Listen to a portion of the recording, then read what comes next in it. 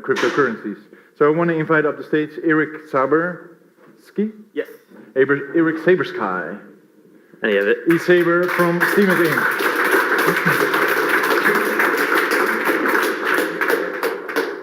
Hello? Can you hear me? Yeah. Cool.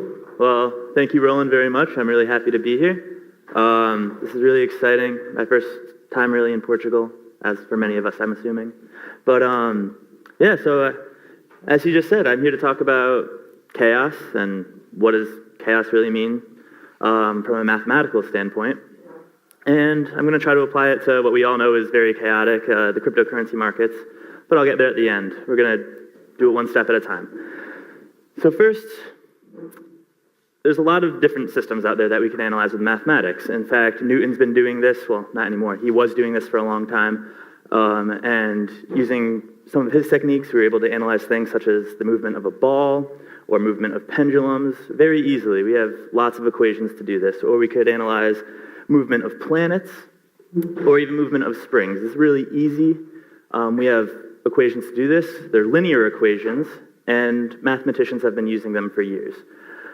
However, we can't solve every system using just these linear equations. Sometimes we need more. Some things that you can't solve with just linear equations, for example, might be the movement of anything involving turbulence you can't predict, or the movement of water flowing, maybe out of a spout. Can't really, no matter what you know, you can't predict how that'll move. Or even the price of Bitcoin over time.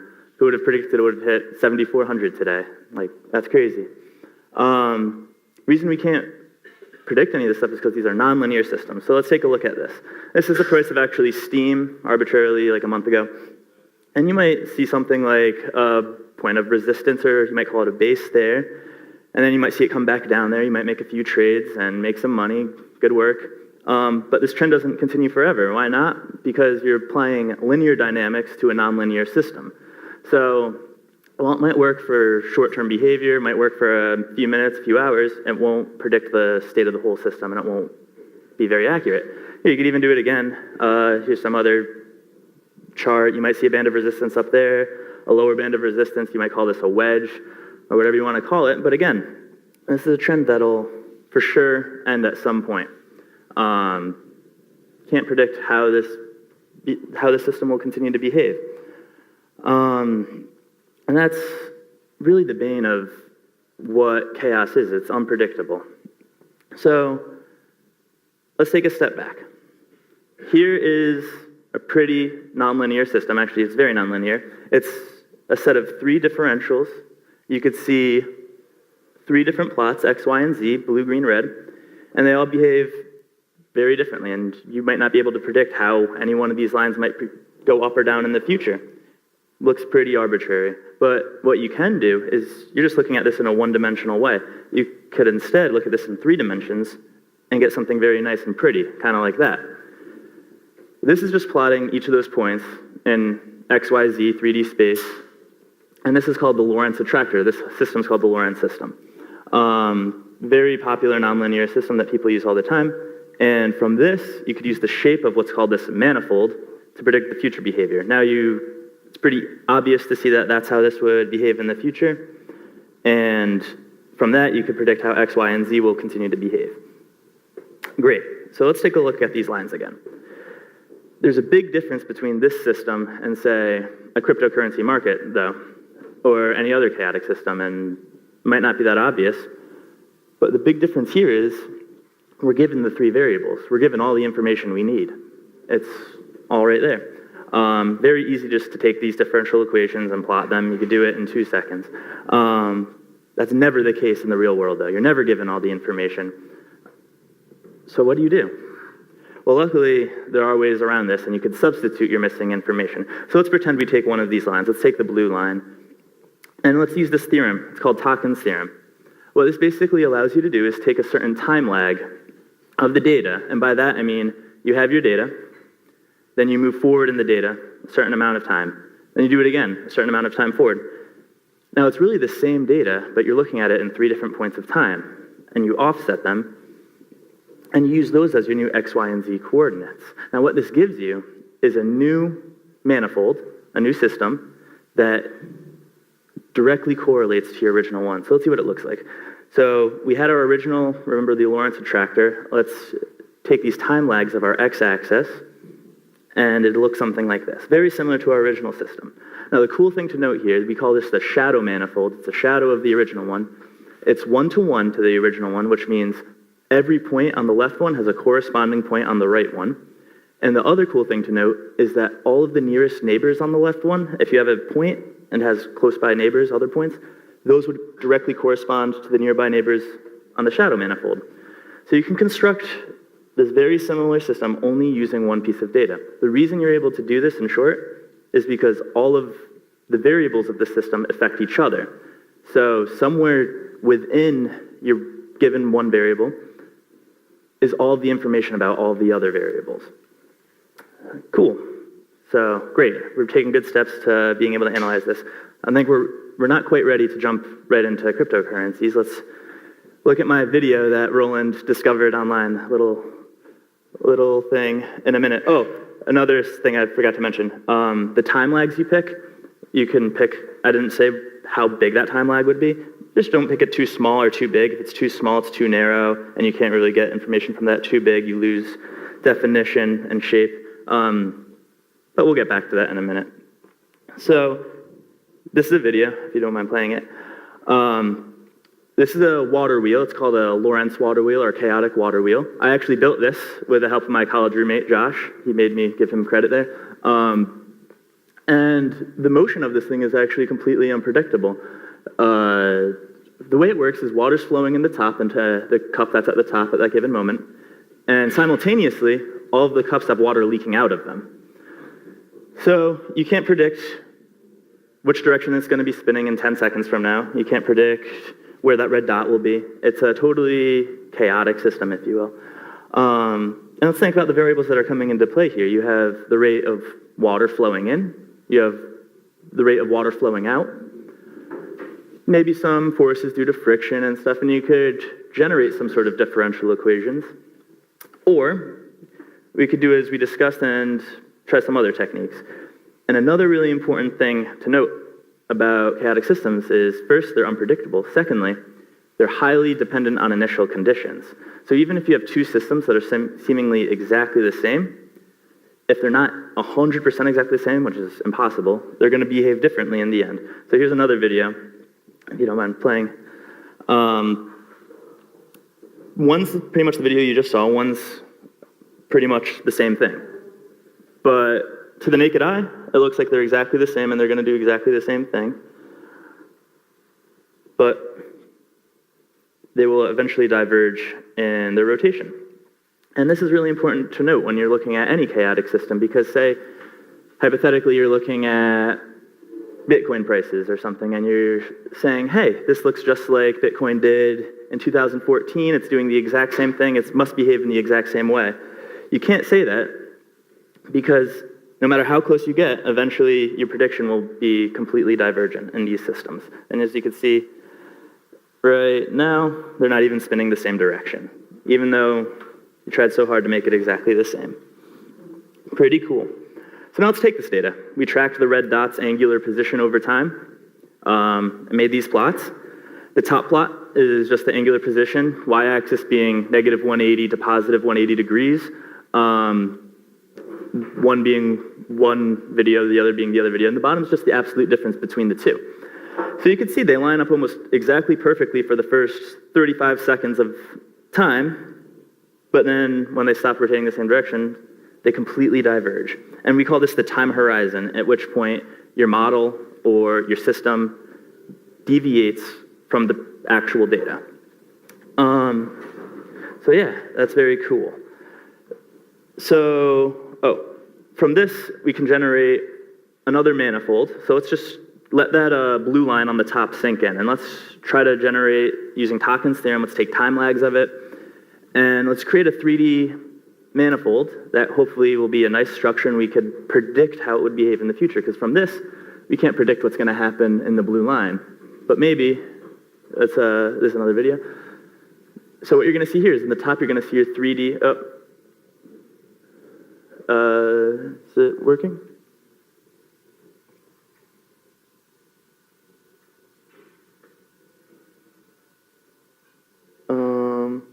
Well, anyway, if this video hopefully works, what you're going to see is in the top, you'd see a manifold being constructed, and in the bottom, in real time, the blue line that you just saw being constructed. So you could see how the one-dimensional directly correlates with the three-dimensional.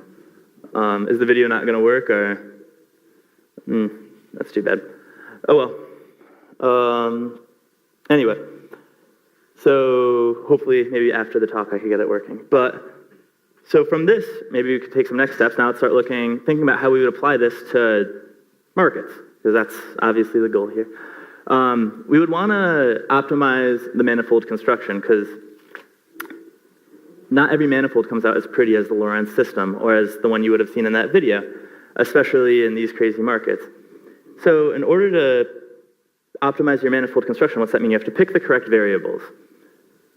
So sometimes in these systems, you can look at multiple variables. You're given more than one variable. So let's look at, say, this is Bitcoin price over time. Top is more recently, it's the day Bitcoin broke 6,000, which was a big day, like 2 weeks ago. Now it's meaningless. And in the bottom, it's when it broke 1,300 for the first time, so a few months back, or when it broke it earlier this year. And these lines look pretty similar, right? I mean, they could be, but they're totally different depending on how you construct your manifold. So if we were constructing our manifold just based on the price, so this one's in the 5,000s up to 6,000, this one's in the 1,000s, these 2 points in our manifold, one would be here, one would be way down here. They'd be so far apart. However, if we were looking at another variable, say it's percent change over time, or it's percent change from a 24-hour mean, these two would be pretty similar probably. In the manifold, instead of being far apart, in our manifold, they could be really close to each other. Or if we look at a totally different variable altogether, maybe you could see in the back the approximate volumes of trades going on. One on the top, you have a lot more volume, and in the bottom, not as much. Again, maybe in that manifold, they'd be totally separate. So you have to pick the right variables that you want to look at to optimize accuracy and repeatability. So that just takes a little bit of trial and error or some math. It's not as easy. So that's the first step.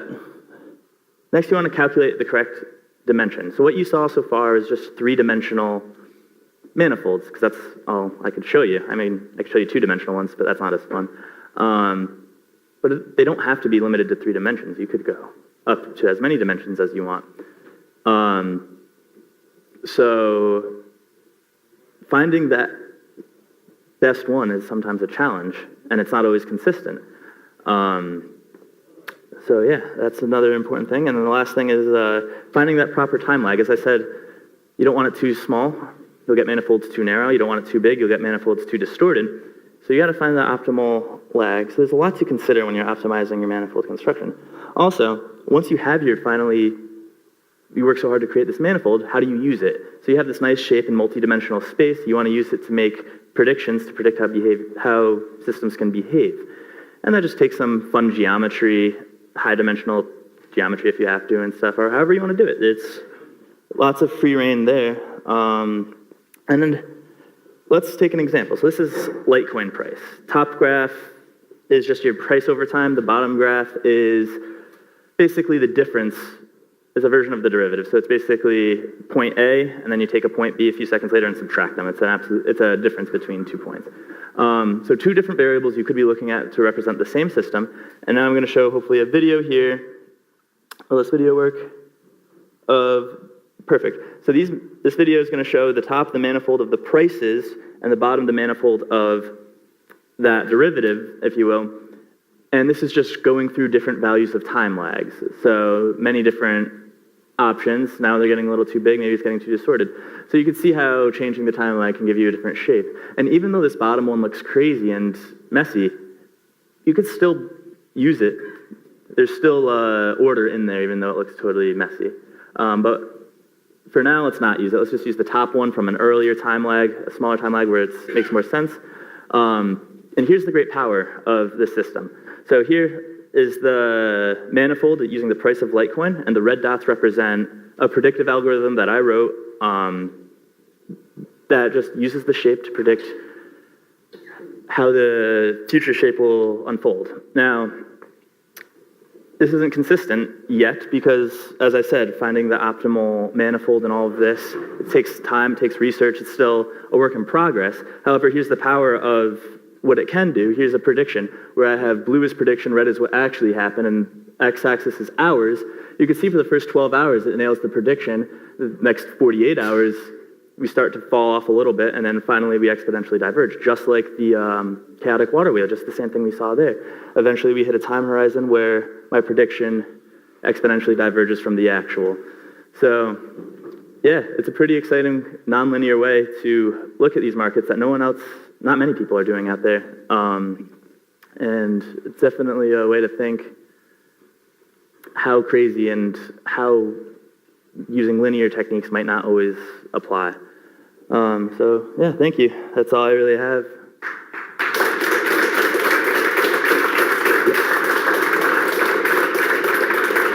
Any questions? Yes.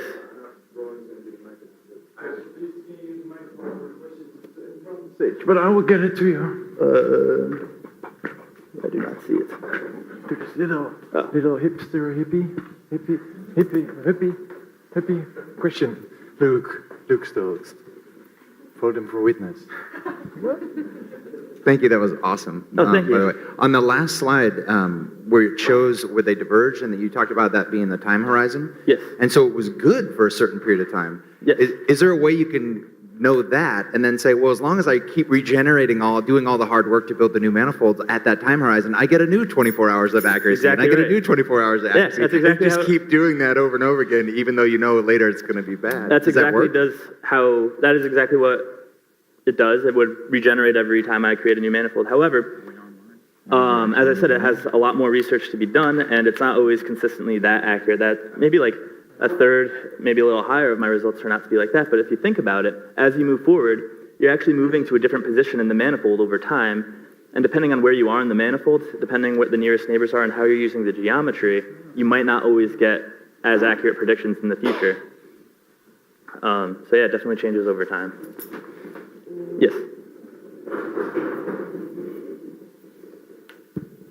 I like how it's Luke and I asking questions. We have a crypto trading group. Oh, nice.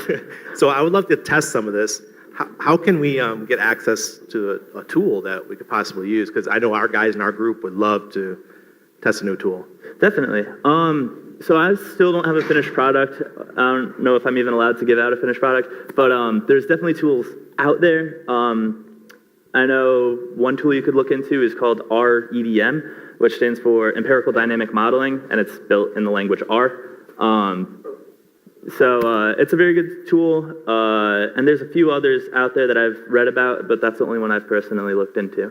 But yeah, if you want to look, empirical dynamic modeling or Lorentz dynamic modeling, anything like that is usually a good Google search. Any more questions? Okay, thanks a lot, Eric. Thank you.